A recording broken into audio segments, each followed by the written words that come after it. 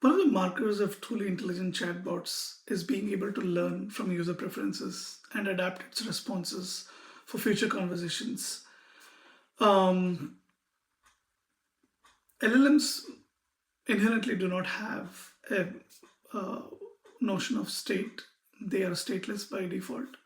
So most traditional chatbots go to the extent of using session history or conversation history to adapt the response of chatbots, which is one level of intelligence which is already seen here because the chatbot now knows what was being asked in the previous turns and it's able to understand things that are being referred and making sense of that to respond intelligently for future turns. But I think it's one level different when a chatbot remembers the user at a very intimate level. For example, what are the kind of preferences they have, what foods they like, what places do they like, what are their hobbies, what are some of their projects, and then at a factual level, being able to know where they are, what they do, uh, and a couple of these information, they could be super valuable to a question that you might have in the future where you could ask recommendations for places to eat or recommendations for books to read. You can imagine the responses for those kind of questions can be significantly magical with this kind of a uh, personalization angle, which is learned from past conversations. Today, I think when we talk about this experience, most of the chatbots talk about incorporating memory. And for me, memory is a very loosely defined term, and it encompasses quite distinctly different things that are being that are behind the hood. So when people talk about implementing memory, they really mean they're implementing a personalization system end to end. And for me, I think the three key pillars in making a chatbot magical is one is a memory layer. The first pillar is memory, which is purely an infrastructure component, in my opinion. And we try to inflate with too many things that it can do. But really, at a structural level, memory is an infrastructure layer. It talks about how do you organize information about past conversations, about the user, about the entities of the conversation in an organized way. Now, the memory is responsible for figuring out should it store it in a graph format, should it store in a markdown format, just a file system, or it should store it in the form of embeddings that can then be used in some ways. So memory at a very simple level, it's just the organizational layer. How do you organize the information that about the user or the chat or the entities in the chat that are being referenced? The second pillar here is learning, which I think is underappreciated in all of the context when they talk about memory. A learning component is the one that's responsible for looking at past conversations and extracting user preferences, extracting factual knowledge, extracting preferences. For example, the user preferences could be maybe in the past conversation I might have said, I'm a vegetarian by choice. That can be like a valuable preference to remember. And then it could remember all the hobbies that I have, all the projects that I'm working on. These could be super helpful down the line. So one kind of learning that we can think about is purely preferences by just looking at the conversations and the kind of chat conversations. Second kind of learning could be factual. For example, I might say I live in Seattle, and I kind of work at this place and so on. Each of these could be valuable information to store because in future when I have a question for hey, can you recommend books to read this week, then the recommendation can be really grounded in all of those things that I shared in the past. So the value of learning becomes super valuable to be able to personalize, right? So that's the learning component, which is distinct in itself. And the third pillar that I think we don't talk about is the personalization itself, which is basically bringing together these two pillars, the learning and the memory, and making it putting it to use in the form of being able to adapt future responses based on what we know about the user that we've stored it in the memory. So this could be things like, let's say I'm asking about recommend me some movies to watch, then maybe behind the hoods, what we can do is we can basically fetch, given this question, what are all the relevant preferences that I need to bring from memory into the context window of the LLM to be able to answer this question intelligently.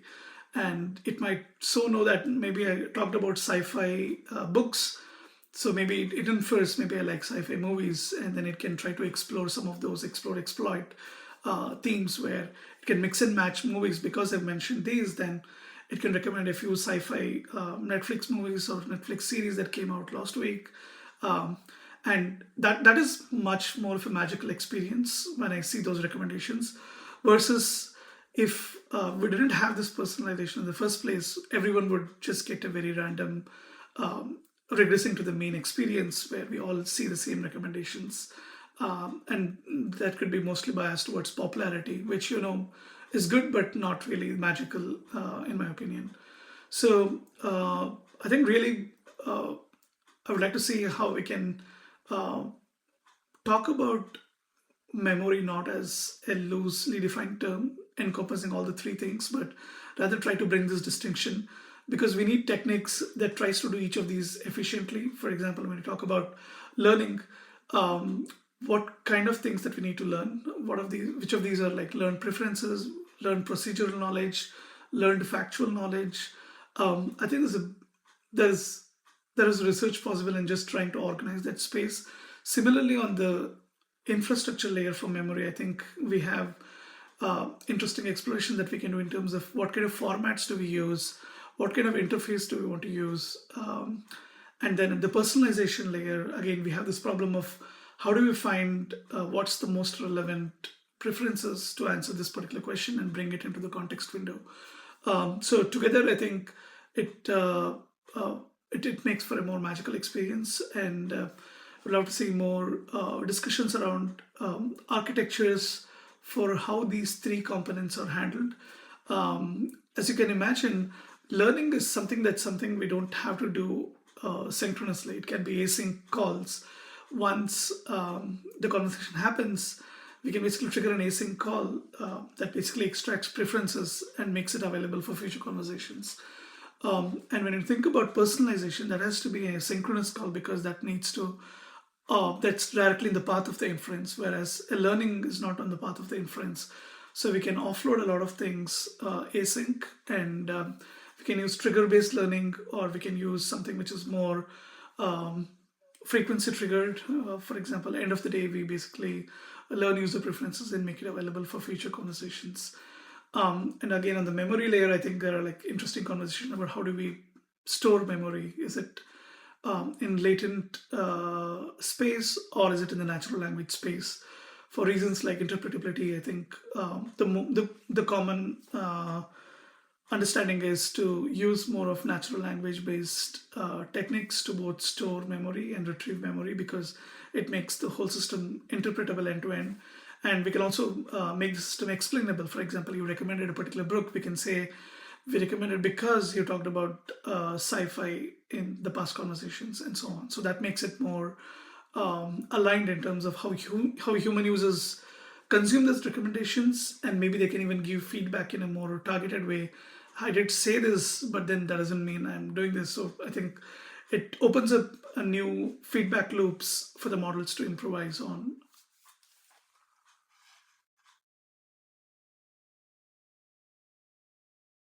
Okay, let's be real. Have you ever felt like you're talking to a brick wall when you use an AI assistant? I mean, you tell it your preferences, you give it feedback, but then the very next day, it's like you're a total stranger? It's a universal frustration. Well, a brand new framework called Maple argues that we've been thinking about AI memory all wrong. So in this explainer, we're going to break down how its new sub-agent architecture could finally give us an AI that truly knows you. So let's just start with a simple story. Meet Sarah. She's a senior engineer. And this is Marcus, a new product manager. They go to their company's AI and ask the exact same question. What is a transformer in AI? Now, without a framework like Maple, they both get the same generic, kind of useless answer. But with it, whoa. Sarah gets a code snippet she can use right away, and Marcus gets a perfect analogy that actually makes sense to him. Same question, but totally different and perfectly useful answers. And this little story, it gets right to the heart of the problem, doesn't it? Even with all the data these systems have on us, they still treat us all the same. They're missing this fundamental ability for real, genuine personalization. So why is that? Well, the core argument in this research is that the problem isn't that the AI has a bad memory.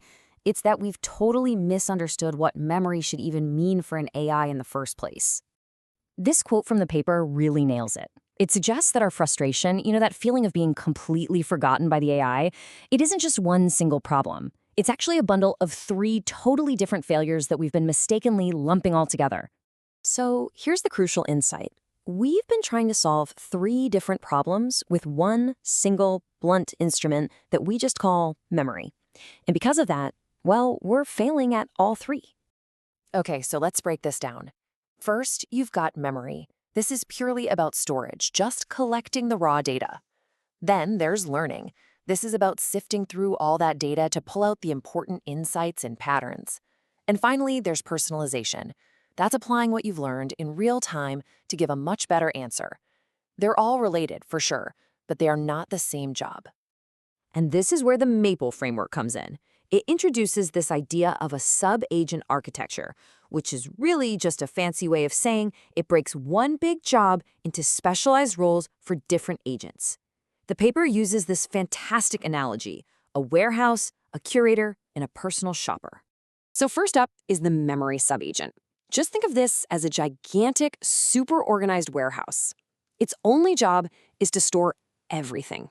Every single interaction, every piece of feedback, you name it, safely and efficiently. It doesn't judge the data, it doesn't analyze it, it just stores it.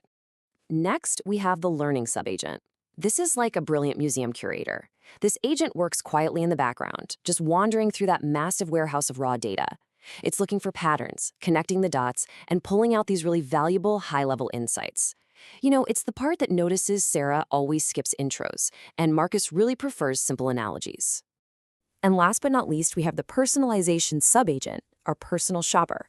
So when you ask a question, this agent springs into action instantly.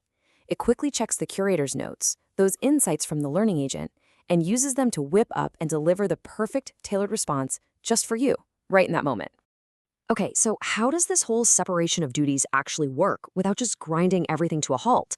Well, the key, and really the architectural brilliance of the system, is that these subagents all operate on completely different timelines. This diagram shows us exactly how it all comes together. So when you make a request, follow those solid lines. That's the real-time path. It is a direct shot. Your query goes to the personalization agent, it grabs what it needs, and boom, you get a response in milliseconds. But now, notice that dashed line. That's a completely separate, much slower learning loop. It's constantly working in the background, analyzing feedback and updating the memory warehouse, but it never, ever gets in the way of your real-time conversation. So you have these 2 totally distinct timelines working together. The request path is all about speed and immediate relevance. The background loop, on the other hand, that's for deep, thoughtful improvement over time. You can think of it like the difference between having a quick chat versus doing a long-term research project. Now, this all sounds great in theory, right? But the researchers behind Maple didn't just stop with the architecture. They went ahead and built a custom benchmark to see if this whole idea actually delivers measurable results. And the results? They're pretty stunning. In a head-to-head test against a standard AI, one that basically starts fresh with no memory every single time, Maple was able to successfully weave a user's known preferences into its answers a whopping 75% of the time. Let's just look at the data for a sec, because this chart shows just how wild the improvement is. Incorporating user traits, it jumped from 45% to 75%. And get this, the number of perfect, personalized responses skyrocketed from just 24% all the way to 88%. I mean, across every single metric, Maple's performance wasn't just a little better.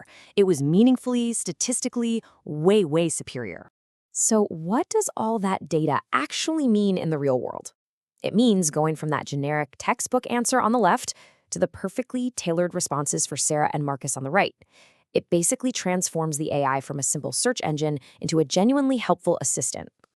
So what's the really crucial takeaway here? It's that building a better AI assistant isn't just about cramming more memory into it. It's about building a smarter architecture so it can not only remember you, but learn, adapt, and eventually even collaborate with you. This diagram right here shows one of the biggest bottlenecks in AI today, the context window. You can think of it like the AI's short-term memory. It's a finite space. And as you can see, all that information about you, your preferences, has to fight for room with the system prompt, the conversation history, and everything else. There just isn't much space to go around. And that's exactly why you can't just keep stuffing more raw data into the prompt. The solution isn't a bigger warehouse. It's hiring that smart curator and that fast personal shopper. Maple's sub-agent approach proves that real intelligence is about selecting the right information at the right time. And ultimately, this is what that whole architectural shift is about. It's the difference between a generic tool and a truly personal one. This clear separation of memory, learning, and personalization is what might finally make it possible for an AI assistant to feel like it's actually yours. And this all leads us to a final, kind of exciting thought. By moving beyond simple remembering and into genuine learning and adaptation, we get so much closer to a future where our AI isn't just a tool that answers our questions, but a true partner that anticipates our needs and collaborates with us. So it makes you wonder, what could you build with an AI like that?